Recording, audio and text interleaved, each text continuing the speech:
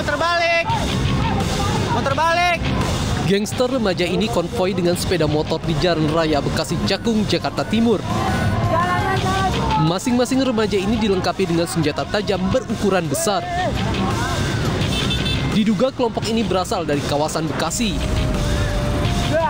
Remaja berjumlah cukup banyak ini sengaja berkeliling sambil berteriak untuk mencari musuh tawuran dengan kelompok remaja lainnya. Akibatnya warga resah dan khawatir menjadi korban salah sasaran. Sekitar jam 3, Mas. Ya tawuran gitu ya. Suami keluar, dilihat udah pada lari-larian semua. Itu konvoi pada bawa-bawa senjata tajam. Jumlahnya berapa kira-kira? Yang suami keluar sekitar jam 3. Apa? Jam 3. Enggak, jumlahnya sekitar berapa orang? Oh, banyak. Banyak. Anak-anak remaja, Bu. Ya. Warga berharap agar kepolisian melakukan penjagaan lantaran aksi tawuran antar kelompok remaja di kawasan tersebut sudah kerap terjadi.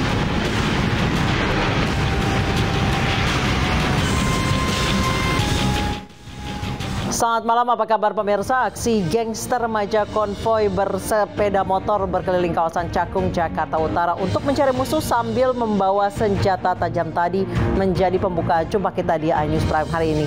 Kami juga akan menghadirkan informasi komprehensif terkait kemarau ekstrim yang akan melanda Indonesia dan buruknya kualitas udara di ibu kota Jakarta. Saya Anisha Dasuki, inilah iNews Prime selengkapnya.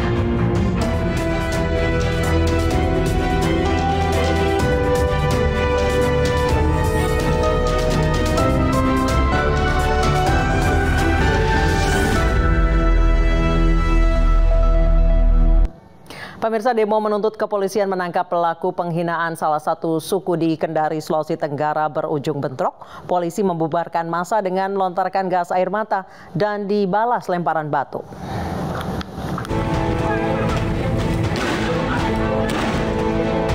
Aksi demonstrasi di pertigaan kampus Universitas Halu Oleo, Kendari, Sulawesi Tenggara berujung bentrok dengan aparat kepolisian. Polisi berupaya membubarkan massa dengan melontarkan gas air mata. Pembubaran massa dilakukan karena aksi demonstran telah mengganggu ketertiban dengan memblokir jalan MT Haryono dan Hea Mokodompit, Kelurahan Lalolara, Kecamatan Kambu, Kota Kendari. Demo awalnya berjalan tertib, namun karena adanya sejumlah penyusup yang memblokir jalan hingga menimbulkan kemacetan, sehingga polisi membubarkan massa namun dibalas dengan lemparan batu oleh massa. Sudah kami sampaikan bahwa aksi pemblokiran jalan dilarang, melanggar aturan hukum. Kasihan warga Kendari yang lewat di sini. Diingatkan secara persuasif tidak bisa, namun mereka tetap melakukan upaya untuk memblokir, menutup akses jalan ya. Kami melakukan upaya tegas. Demo bentrok ini berawal saat massa berunjuk rasa di Mapolda Sultra, menuntut kepolisian menangkap pelaku penghinaan salah satu suku di Sultra. Usai ditemui oleh pihak kepolisian, massa kemudian melempari polisi dengan batu. Polisi pun membubarkan massa dengan gas air mata.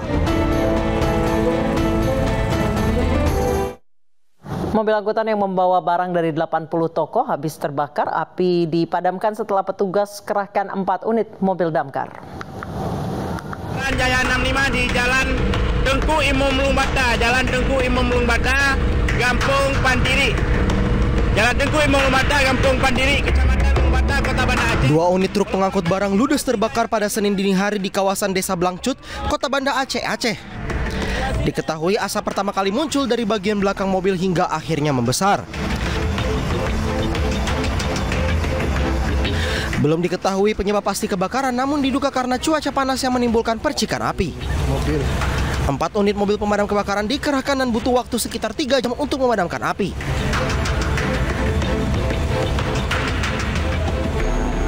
Ini belum kita hitungkan karena ini kan milik orang. Kita cuma bawa pulang sekitar ada 80 toko nih yang kirim barang di mobil yang kebakaran ini. Diperkirakan kerugian mencapai lebih dari 1 miliar rupiah.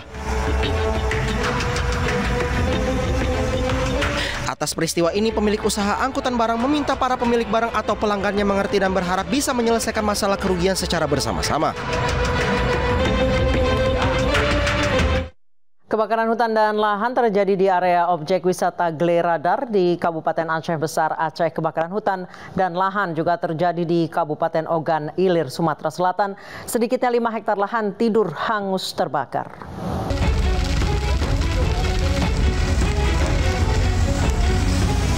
Inilah video amatir yang merekam detik-detik kebakaran lahan dan hutan di sekitar objek wisata Gleradar, Kecamatan Blang Bintang, Kabupaten Aceh Besar.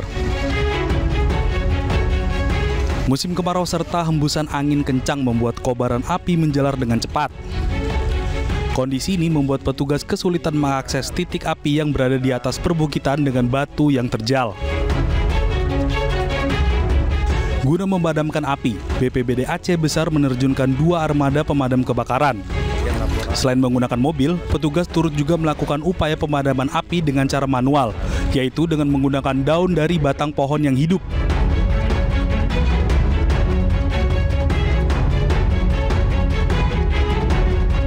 Dan alhamdulillah pada malam ini salah satu lahan warga yang seluas lebih kurang 2 hektar sudah berhasil kita padamkan, walaupun memang jarak dan lokasi yang sangat sulit untuk kita tempuh.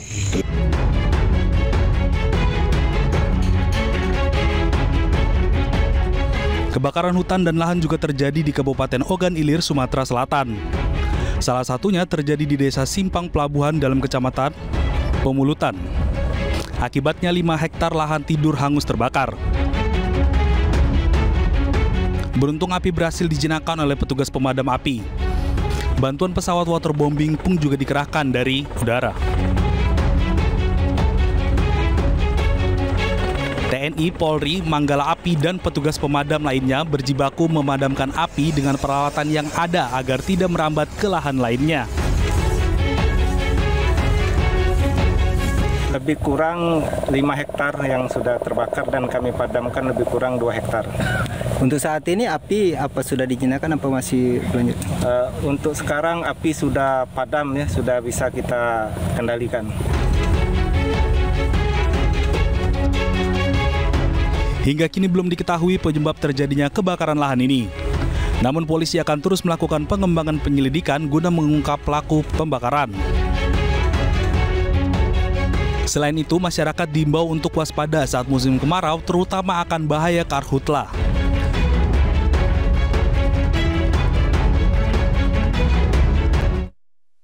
Pemirsa, Jakarta menyandang kualitas udara terburuk di dunia dengan status tidak sehat. Bahkan tercatat indeks kualitas udara Jakarta berada pada level 4.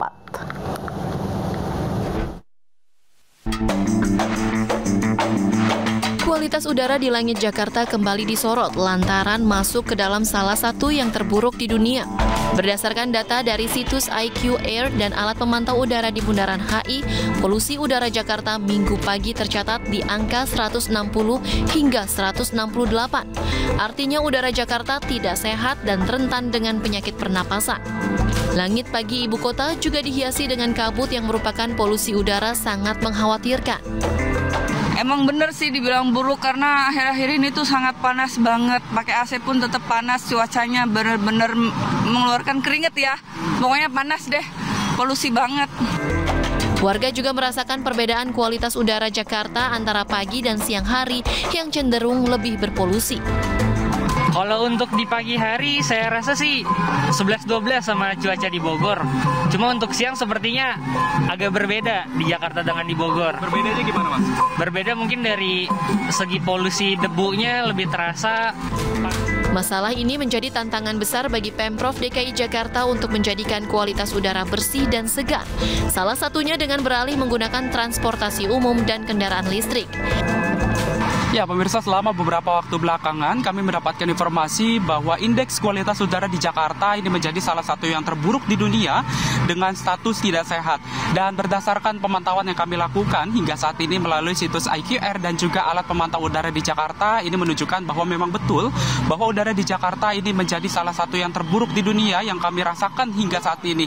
Di mana dari situs tersebut ini juga menunjukkan bahwa Jakarta ini masuk ke dalam kategori 4 atau atau di zona merah, yang artinya udara di Jakarta ini menjadi salah satu yang terburuk di dunia dan juga sangat rentan terjadi adanya penyakit pernapasan. Dan memang terlihat juga di layar kaca Anda pemirsa bahwa memang ada seperti kabut biasa yang sering kita lihat pada umumnya, namun ini merupakan polusi udara yang dihasilkan dari kendaraan bahan bakar fosil dan juga dari adanya pabrik-pabrik yang ada di sekitaran Jakarta. Ini menghiasi di langit ibu kota Jakarta kabut tebal yang mengakibatkan dan juga kondisinya ini cukup mengkhawatirkan dari adanya polusi udara ini. Dari pihak pemerintah Provinsi DKI Jakarta ini juga menghimbau agar masyarakat ini bisa beralih dengan menggunakan moda transportasi umum atau menggunakan kendaraan listrik, dan juga rencananya pemerintah juga akan menambah ruang terbuka hijau agar udara di Jakarta ini bisa kembali segar seperti semula.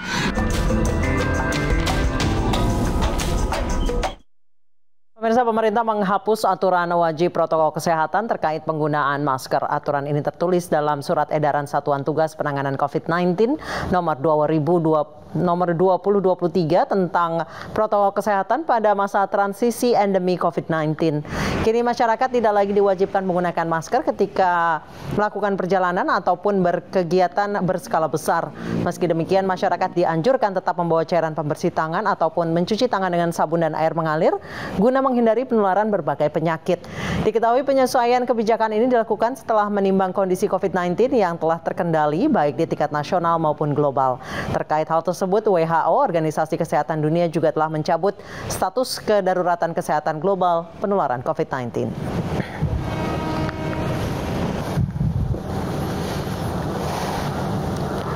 Hari ini sidang Haris Azhar dan Fathia Maulidiyanti kembali digelar di Pengadilan Negeri Jakarta Timur. Dalam sidang hari ini, dua anak buah Luhut Binsar Panjaitan hadir sebagai saksi.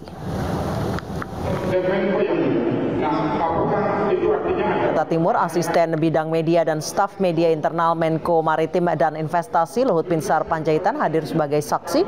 Pemeriksaan saksi dilakukan secara terpisah. Dalam kesaksiannya, Asisten Bidang Media Menko Marves Singgih Widyastono memaparkan ekspresi Luhut yang marah saat menonton video pernyataan Haris Azhar dan Fathia Maulidiyanti. Singgih adalah orang yang menginformasikan kepada Luhut terkait video tersebut. Haris Azhar dan Fathia Maulidiyanti didakwa atas pencemaran nama baik. Luhut sendiri sudah hadir dalam sidang sebagai saksi.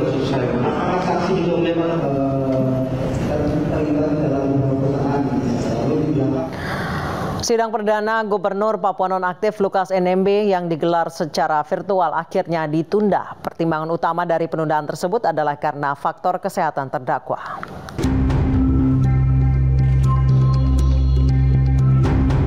Hari ini Gubernur Nonaktif Papua, Lukas NMB, menjalani sidang perdana secara virtual dari Gedung Merah Putih Komisi Pemberantasan Korupsi KPK Jakarta. Sidang dugaan tindak pidana korupsi ini berlangsung di Pengadilan Negeri Jakarta Pusat, di mana agendanya Jaksa Penuntut Umum KPK membacakan surat dakwaan atas perkara dugaan suap dan gratifikasi senilai 46,8 miliar rupiah.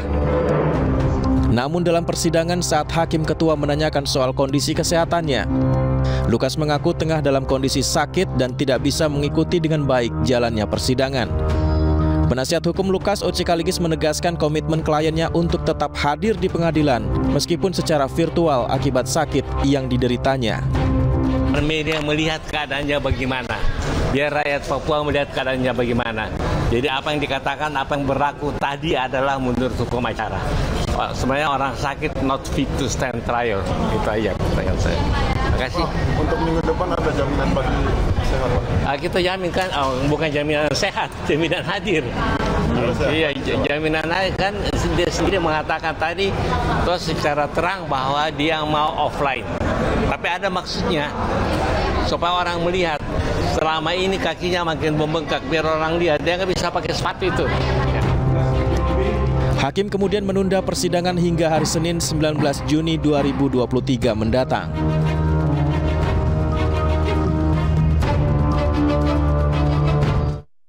Pemirsa, satu orang ditetapkan sebagai tersangka akibat kasus balita konsumsi narkoba jenis sabu. Informasi selengkapnya akan kami hadirkan tetap di iNews Prime.